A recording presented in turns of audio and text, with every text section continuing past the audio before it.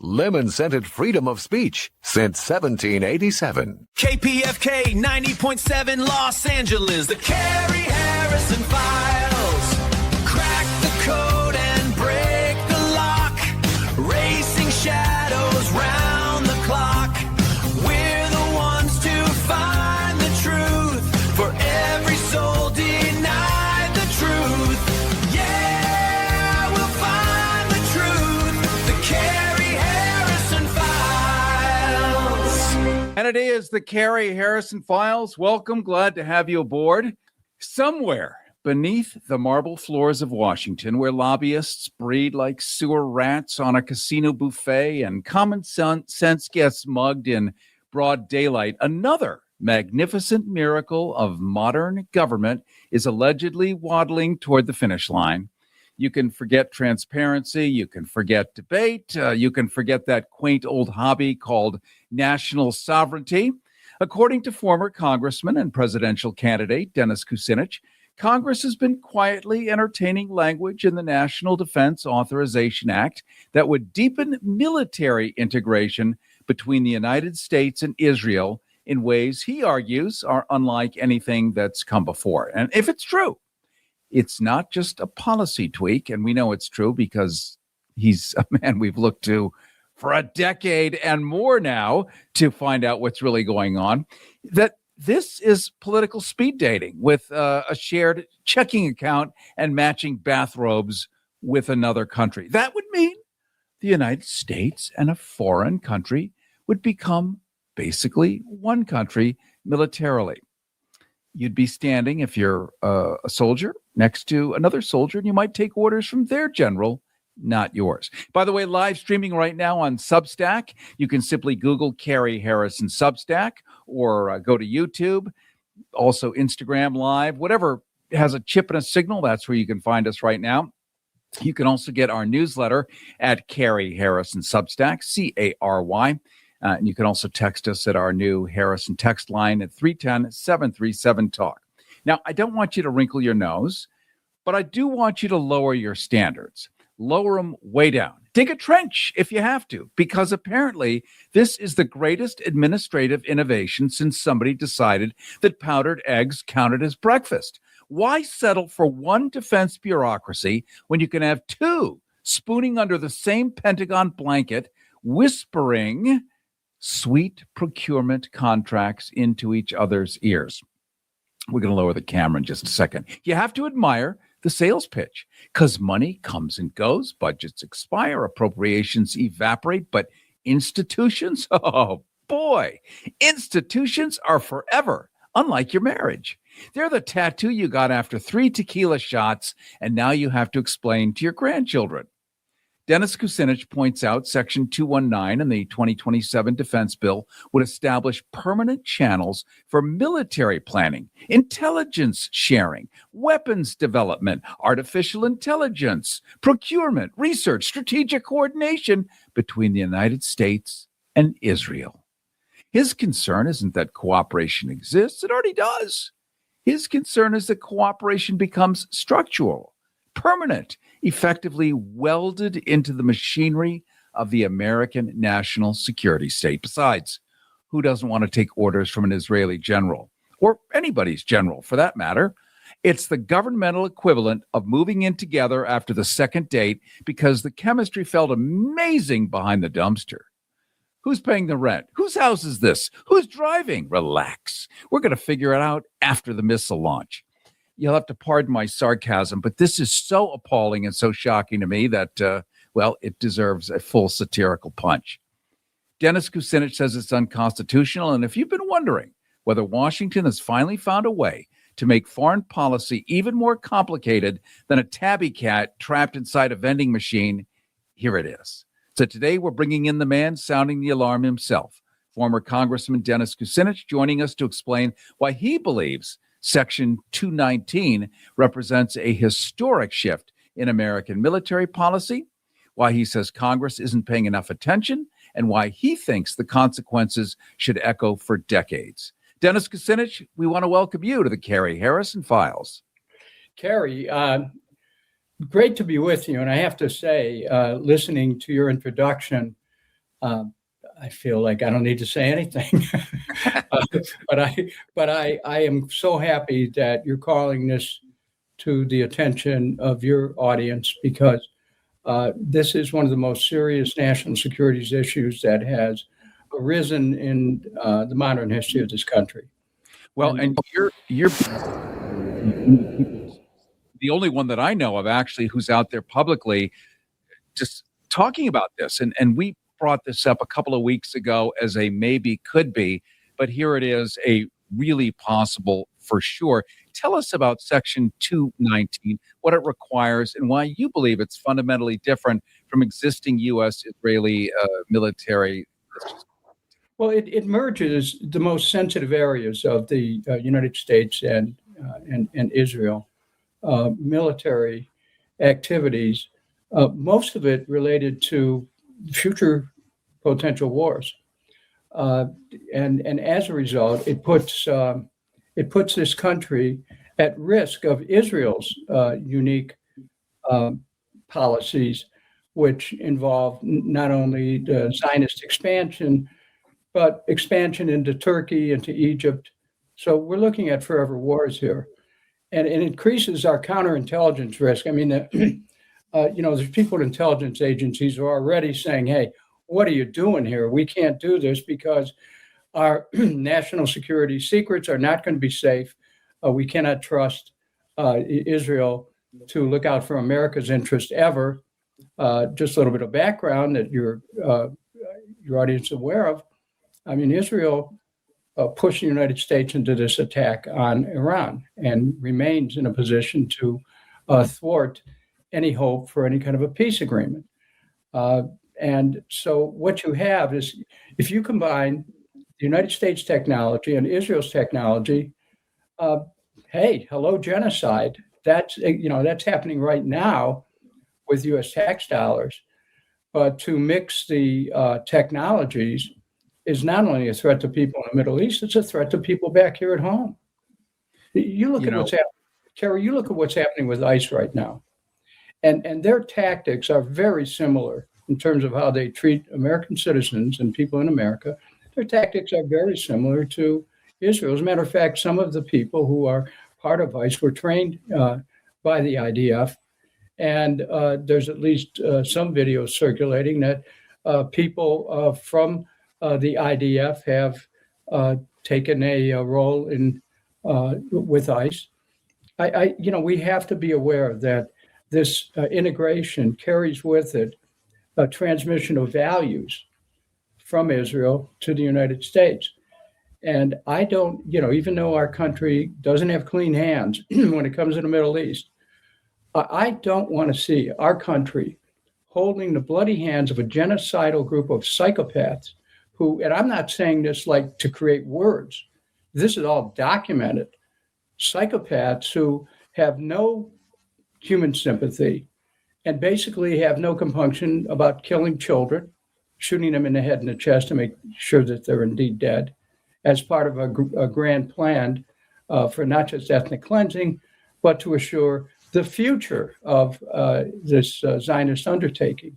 So, there's, and I'd like to, Cary, go over some of the details that you began to recite, if we may. Let's do that. I'm just going to reintroduce you because people drive around in cars, they get out, they come, they go. And I want to remind you that if you are leaving your car, take your phone with you. You continue watching the stream on Instagram, on YouTube, on Substack, wherever, and you can catch this in perpetuity later. We're talking right now to former Congressman Dennis Kucinich. He's warning that a provision in the proposed 2027 National Defense Authorization Act would permanently create military integration between the United States and Israel, raising what he says are serious constitutional and sovereignty concerns, where our people may take orders from their people and vice versa. Not to mention what Daniel Ellsberg warned about, cautioned about, that any second we could all get smoked by nuclear weapons. And Israel has, 150 that we know about, the tensions, the powder keg that's happening in the Middle East. And Dennis Kucinich, you were going to lay out some of the points for us. Yeah, well, thanks, Cary. Let's take, starting at the top of this, This legislation will create a merger with the United States and Israel militaries at the most in the most sensitive areas. Let's start with artificial intelligence, autonomous vehicles, land, air, sea. This actually, what the effect would be of this kind of a merger, given Israel's policies, this would accelerate the kill chain. They'd use this to kill more people. They want to merge the capabilities with cyber and electronic warfare. That is going to blunt the difference between offense and defense. And again, this decision making, it's already U.S. and Israel cooperating. We got that, but this is a formal structure, so they'll take it into biotech as well. Now, Israel is not a party to the Biological Weapons Convention, so this opens up the door, Pandora's box, for new pathogens to be constructed using artificial intelligence. Again, this proposal unites the air and missile defense of the United States and Israel. And as a result, the United States is inevitably going to be treated as a co-belligerent to any kind of attack that Israel launches on any country anywhere. And we know they have plans to do that. It's about merger in drone technology. And so I think there's going to be implications for domestic policy. We saw, in the last year, how ICE and the U.S. military have been used against the American people. And that's, again, it's absolutely against the law what's happening, but, what's a constitution among friends?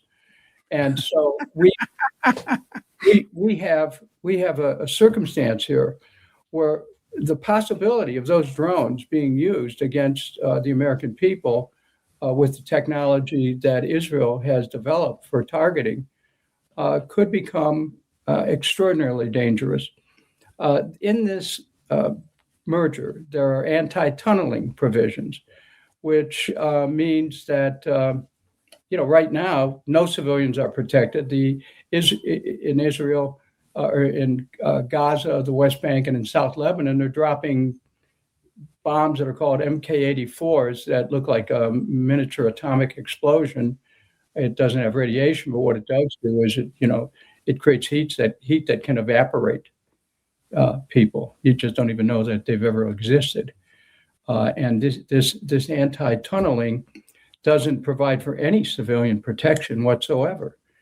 They want to combine directed energy technology, which will, also create an escalating danger to civilian infrastructure. And then network integration, data integration. So the wars of the future are going to be increasingly directed for the use of artificial intelligence and data. And this merger is happening right at the top. And it, as you pointed out early on, Cary, there haven't been any public hearings on this. There's been no debate, a real debate in Congress over this. This legislation was smuggled, I'll use that term, smuggled into the so-called National Defense Authorization Act of 2027, which is a whole debate in and of itself because it spends $1.5 trillion, a 67% increase over the previous year, 80% of our discretionary spending now going for the military, arming to the teeth, and then joining in partnership with the most vicious political and military operation on the planet at this moment. Let me just jump in for a second. Dennis Kucinich, you ran for president. You were a congressman. You passed lots of bills. You brought issues like this to the floor for debate. What do you see as the plot of the play? Why Israel? Why not Marrakesh? Why not, Switzerland? Why Israel? Well, we don't have the American-Swiss Political Action Committee, do we? I mean, No, that's closed. The influence of Israeli interests is profound in the U.S. government. I saw that at work. Sometimes Congressman Ron Paul and I were the only ones raising our voices in objection to legislation and voting against it that was to enhance Israel's position in the Middle East to the detriment of the Arabs in the region, and particularly the Palestinians. So, it's very clear why this is happening, but it shouldn't happen. If it was Switzerland, let's say, which is famously neutral, I wouldn't want any other country to be merged, because this really goes directly to the question of national sovereignty. Here we are on the 250th anniversary of the Declaration of Independence, which was about separating from Great Britain, and now we're going to join hands with, as I said, a country that, frankly, we ought to be cutting off relations with. I mean, in a real and honest environment, which took notice of events as they are occurring right now, we shouldn't have any relationship with Israel. But we've gone from that, which ought to be considered, to the ultimate relationship, which is a military relationship. Because you think about it, U.S. has the most powerful military in the world, and it's $1.5 trillion annually in this particular budget. Israel was receiving close to $4 billion, and it will receive close to $4 billion in this budget. But that's nothing compared to having an opportunity to have influence over the entire U.S. military expenditures and policy, by the way. So this is it's an attack on our sovereignty. It's an attack on our independence. It's an attack on the Constitution, because ultimately the president has to be the commander-in-chief of people who take an oath to defend the Constitution of the United States. Israel doesn't even have a constitution, they have basic laws. There is not that kind of connection with the government in such a profound way as we have here. The treaty issue, if we wanted something, if this was a legitimate proposal, it would be taken to the Senate in the form of a treaty. That's not happening. So it's another constitutional issue there. And then you get to the war powers, which are already ignored. But, we're trying to constrain the war power essentially to stop the U.S. from joining Israel in its endeavors. And yet now, if it's a combination, forget the war powers, Congress already has difficulty getting its Article 1, Section 8 responsibilities to declare war to keep the peace recognized. Yeah, it doesn't get much more serious than this, I'll tell you. I mean, in my experience, goes back many years in politics, this is really, really dangerous. We're talking right now to former Congressman Dennis Kucinich. He also ran for president famously, warning that a provision in the proposed 2027 National Defense Authorization Act would permanently create military integration between the United States and Israel, raising what he says are serious constitutional and sovereignty concerns. Cary Harrison with you. This is the Cary Harrison Files. We're going to pause for just a moment, reminding you to join our Substack. There you can get our newsletter where we can put in things that we cannot do on the radio anymore. Congressman Kucinich understands how delicately we now have to tread certain things we say. A wink, a blink, a fart, whatever could be construed as a political statement. So we're being very careful, but this is a place for Substack. You can also see his Substack where he writes in long form about these issues, and you can keep up to speed. So make sure you check out both of ours right now. Dennis, I'm hoping you'll pause. You'll hold for just a second as Absolutely. We continue, and we're going to flesh this out and finish up so you get a full spectrum on what's going on, what's coming down the road, and what, if anything, you could do about it. Cary Harrison with you. This is the Cary Harrison Files.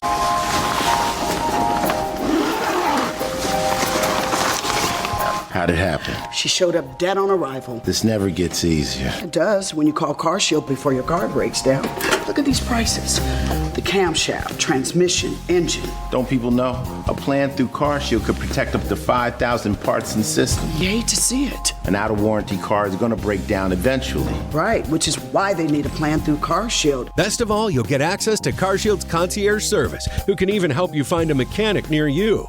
They're notifying the family. Poor guy. He doesn't even know what's coming. Another victim of senselessly expensive repair bills. Can't save them all. But we can keep trying. Didn't have to end this way. If he'd have just called CarShield before his car broke down.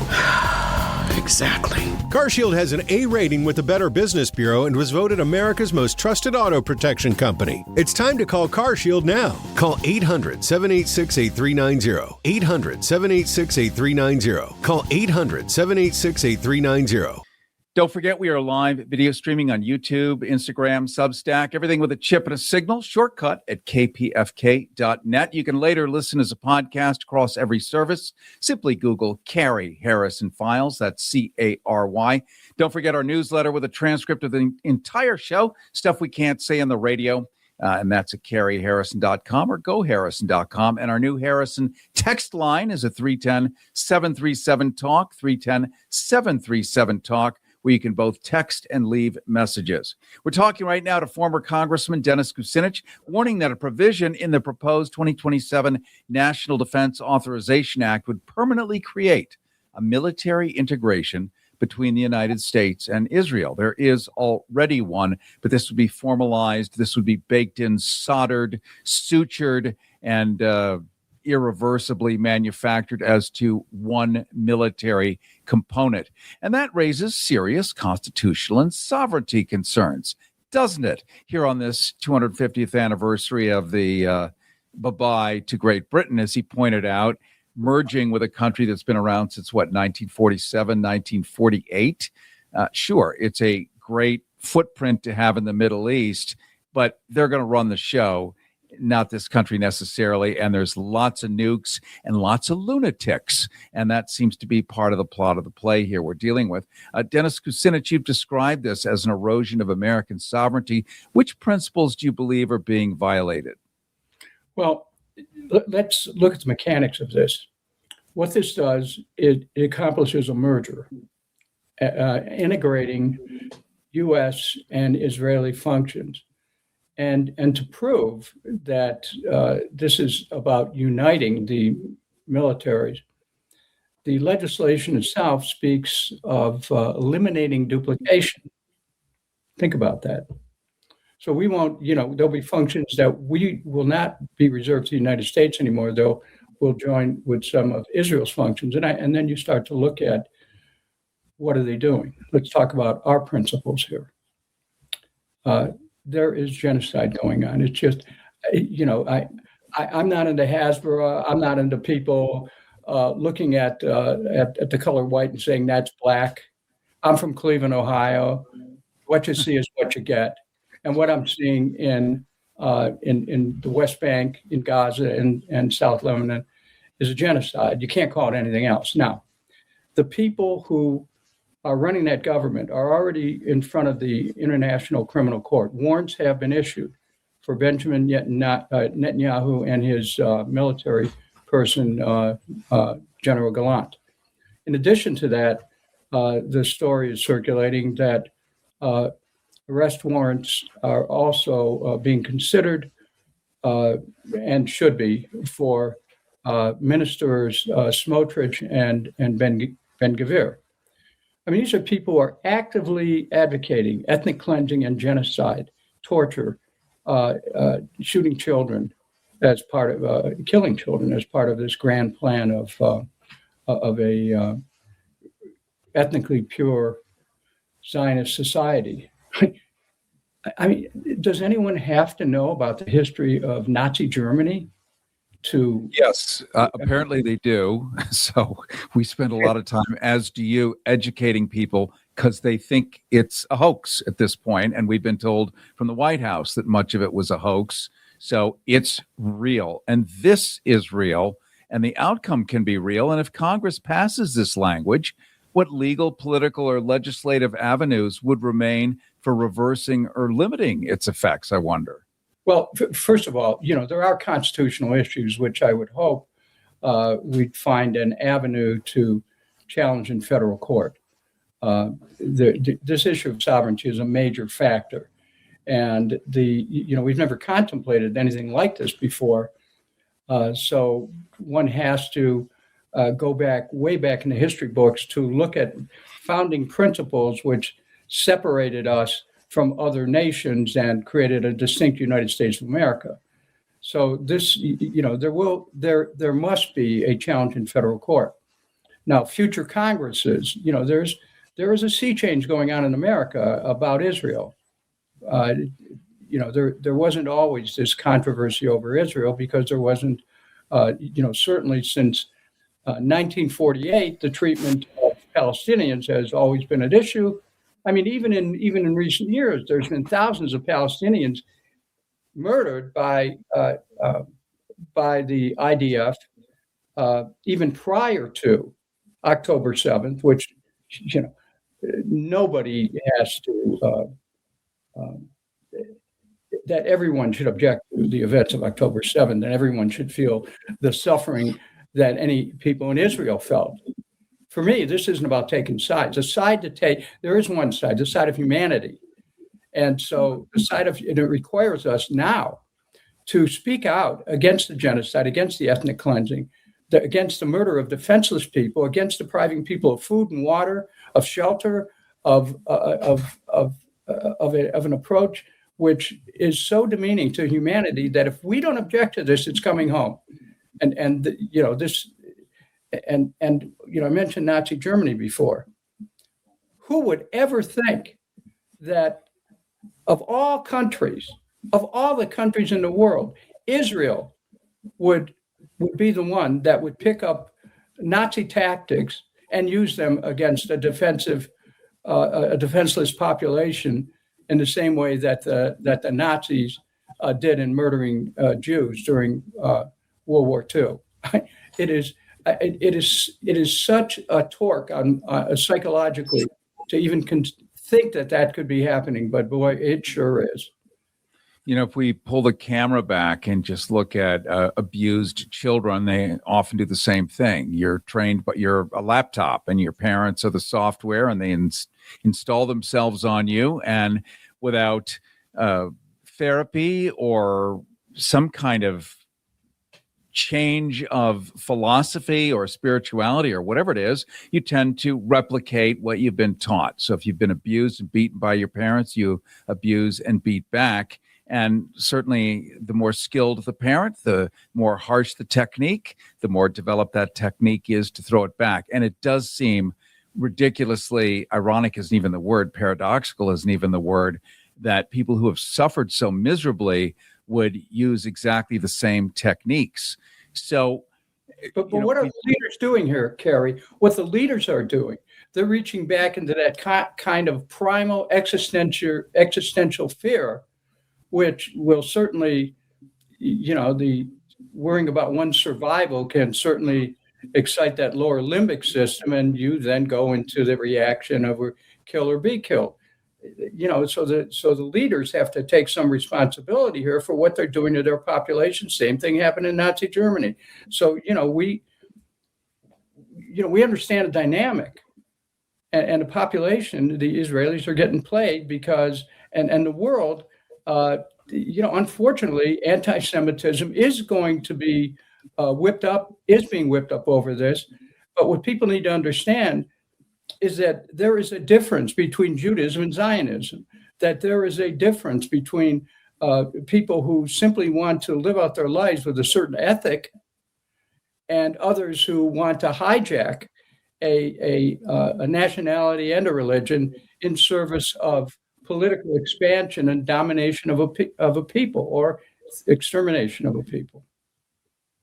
What can we do, Dennis Kucinich, as upright mammals, feeling somewhat powerless as we do? What can we do to move this thing forward in a more positive way?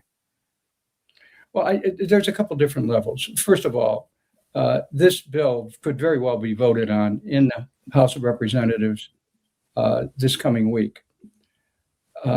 People need to call their member of Congress and to insist that they vote down the rule. The way that Congress works is that every piece of legislation has to be authorized by Congress agreeing on what are the rules of the debate. And that's called a rule, and it's in a piece of paper. It's a separate piece of legislation. And the rule will not permit any amendment to this particular provision. That is not going to happen. If people vote down the rule, they can't get to the bill, to the larger bill itself. So ask the member to vote against the rule, number one. And then if the rule goes down, as they say, and it's defeated, then sooner or later, the Congress has to go back and understand that, look, people are not going to vote for this bill inevitably because of this provision, and they'll have to get it out. But that's going to be tough. So the next thing is, if the National Defense Authorization Act comes to the floor, vote against it. And I voted against many of those in my time. And there's plenty of reasons to do that. It's not only because of Section 219 that merges the United States and the Israeli military. It's because our government is now on the warpath, spending 80% of our discretionary income on war. We're doing this at a time that wealth is accelerating in this country. The government has cut healthcare, ACA administration by about $2 billion. They've cut CDC, the Center for Disease Control budget, by about $3.6 billion. They've cut a range of funds for education. They're trying to knock out the education department, cut job training, cut nutrition, food stamps, women's and infant care benefits. There's a transition occurring in this country away from anything that deals with basic human needs, that addresses the practical aspirations of the American people, and towards putting more money, stuffing them into the pockets of these defense contractors who just want to make things and blow them up and then make them again. So, they had to vote against the bill anyway. But this provision is the most toxic provision that's been included in any legislation in our time, and it needs to be voted down.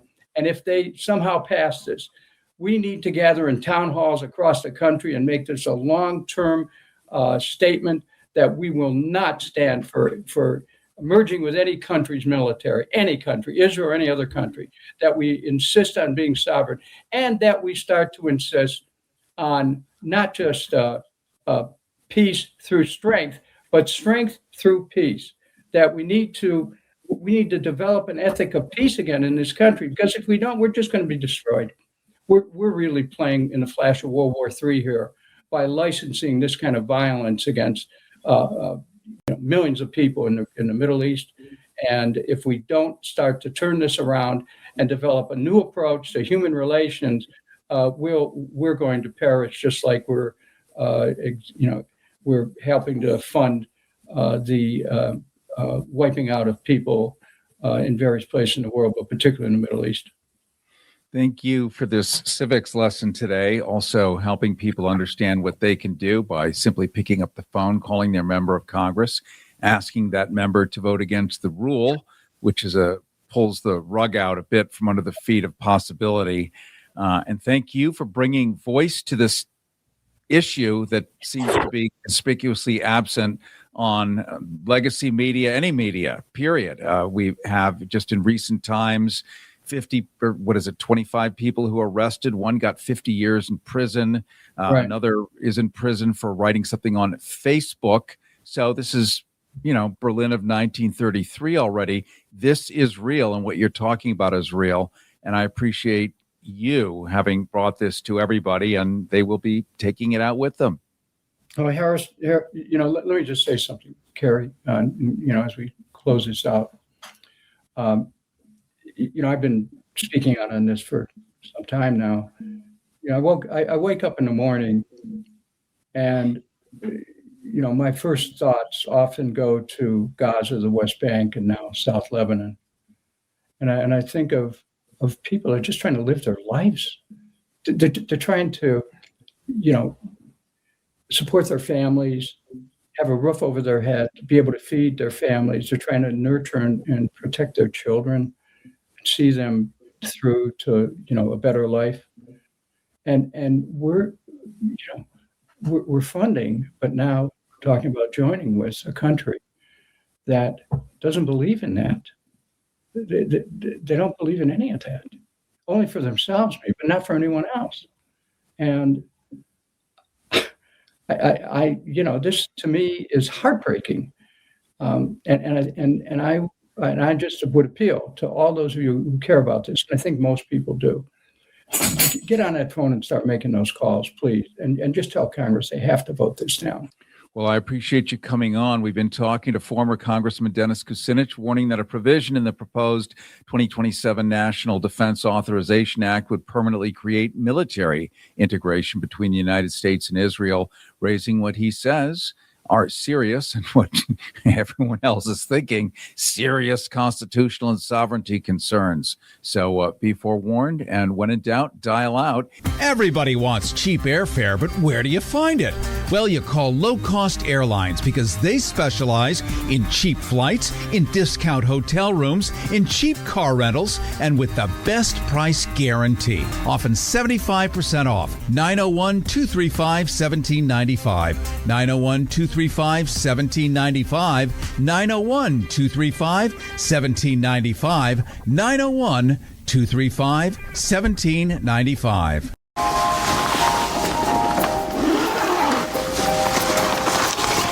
How'd it happen? She showed up dead on arrival. This never gets easier. It does when you call CarShield before your car breaks down. Look at these prices.